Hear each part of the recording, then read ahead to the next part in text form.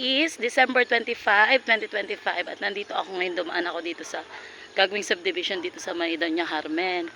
Ayan. Wala pang mga kabahayan. Pero for sure after 10 years, ang ganda na dito.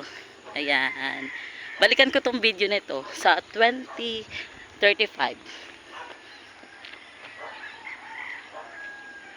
Ayan, wala pa kahit isang bahay.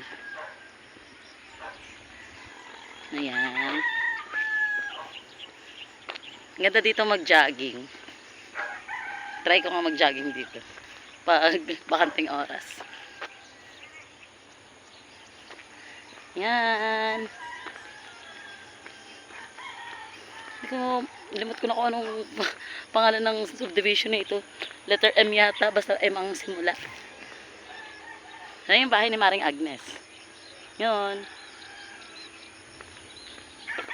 Ayan, puro talahib pa. Hindi man lang ako makabili dito ng lote. Tapang pambili eh. Pero gusto ko sana dito. Ito maganda tong kanto na to. Ayan. Ayan, dami may talbos ng kamote. Ayan. Tapos ayun yung Doña Carmen, yung bungad. Yan no. Yan. After 10 years, madami na ditong bahay guys.